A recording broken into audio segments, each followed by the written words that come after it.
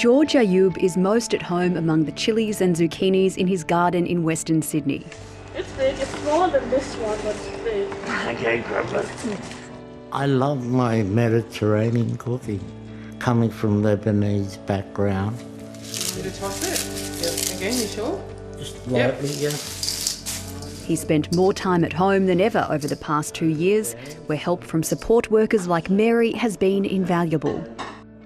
But over the last few months, finding that help has become harder and harder, and George spends much of his time advertising for staff.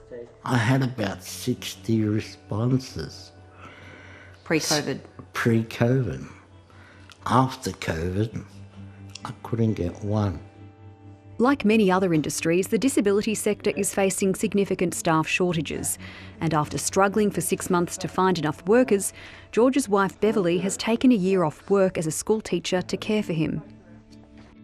Personally, it's demoralising because you don't want to feel like you're a burden on anybody.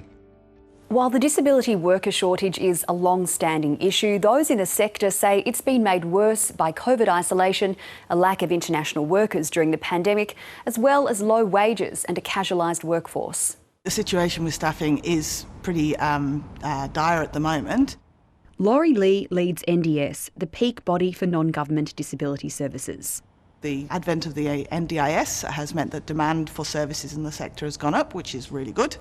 But the workforce and the ability for us to develop a capable workforce has not followed pace with that.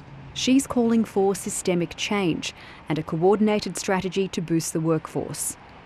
In a recent survey that NDS did, 76% of providers said that they weren't able to service all of the requests for service that they were getting from people.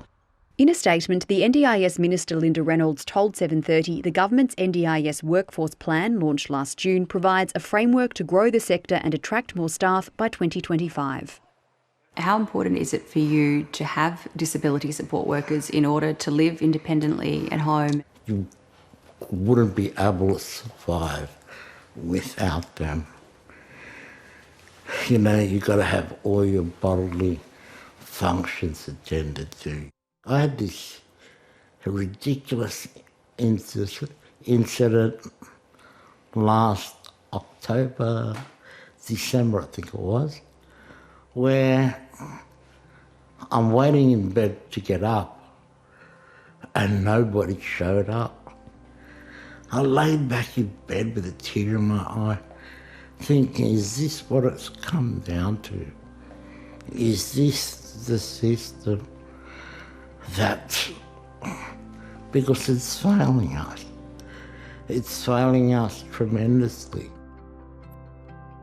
Look, for an individual in that situation, that's a very unfortunate occurrence. We need to try and build in, risk mechanisms to ensure that that doesn't happen, that possibly there's a backup in terms of the service provider. Well, I started out in disability services when I was 18. Susan Wine is one of the many disability workers witnessing firsthand the impact of staff shortages. She works for an agency, Nightlife, that provides support to people overnight. We go out into people's homes and assist them to live as normal a life as possible. How are you doing? Excellent, thank you. How are you? During the Omicron wave, staff shortages were so severe, everyone was asked to roll up their sleeves. Our general manager, for example, was out there actually doing routines with people, showering people, assisting them to bed, turning. We would go at night to turn people. You know, even our CEO would man the phones overnight. Okay, do you want this up higher? Yes, please. Thank you. Training new staff is hard. It's expensive. Now, I can reach it. All good. I'll just get your water. Thank you. An inquiry by Parliament's Joint Standing Committee on the NDIS recently reported the industry needed an estimated 83,000 extra full-time workers by 2024 to keep up with demand. But a survey by the Australian Council of Trade Unions found a third of workers are planning to leave the sector in the next year. I mean, one of the challenges at the moment is that as the need for aged care services increases with an ageing population and the need for disability services increases, you've got potential crossover between those two sectors. Outgoing government MP Kevin Andrews heads up the parliamentary committee investigating this problem. Our latest report really reinforced what has been known for some time, and that is that with the rollout of the NDIS, there is a considerable demand for a larger workforce. There needs to be more training opportunities, obviously. There needs to be a pathway for workers in the area. Kirsty and I, we really love looking after our dog Oscar. We do relatively normal couple things, watch too much television, I drink too much coffee. I have a disability, so I use a power wheelchair full time and have cerebral palsy, so I rely on support workers for lots of different things, like getting me up in the morning, helping me with food, and helping me go back to bed at the end of the day. For 32-year-old Carl Thompson, the task of finding staff for essential daily tasks has become increasingly difficult and sometimes impossible.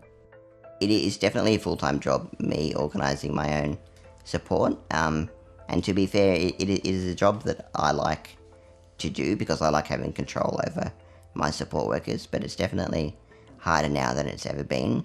I normally have about 3 to 4 shifts per day, so there have been quite a few cases where I simply couldn't find a support worker to fill a shift, so I've had to remain in bed until lunchtime without support for getting dressed or going to the toilet.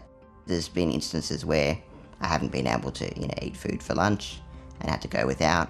It does kind of make me feel a little bit just not important. He hopes the staffing shortage can be urgently addressed so he can continue to enjoy living an independent, full life. I'm operating my business out of my home. I'm living with my partner, and I don't want to take any of these steps back and regress. And that's what the NDIS should be all about. It should be about people pursuing their goals and being independent and living a normal Australian life.